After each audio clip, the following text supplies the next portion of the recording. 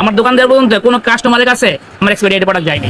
March, April, মে, June, July, August প্রত্যেক মাসে মাসে আমি চেক আপ দিয়ে রাখি এবং বড় আকারে লিখে রাখি, বড় করে লিখে রাখি, যাতে আমার ইয়েগুলো, আমার প্রোডাক্টগুলো একটা কাস্টমারের হাতে না দিতে পারে। একটা প্রোডাক্ট আজ পর্যন্ত আমার দোকানদার পর্যন্ত কোনো কাস্টমারের কাছে আমার এক্সপায়ারি ডেট প্রোডাক্ট যায়নি। দ্বিতীয়বার কোন কাস্টমার বলে নাই যে আমার এক্সপায়ারি ডেট প্রোডাক্ট গেছে। আমি ওইভাবে না, আমি ওইভাবে ওই করি দেওয়ার সময় আমি ওইরকম সেই বড় আকারে লিখে রাখি, বড় সবসময় বড় করে লিখে রাখি। সাইল ইসলাম।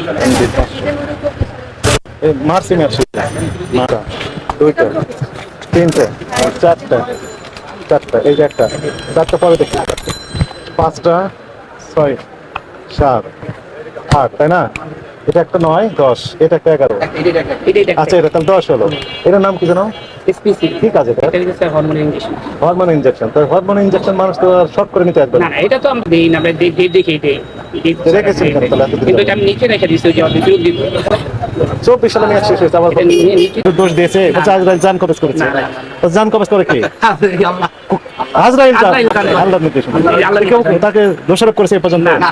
তো আপনি এই পর্যন্ত মেয়াদ ওষুধ বিক্রি করছেন, কেউ দোষারোপ করেনি। না, আমি করিনি।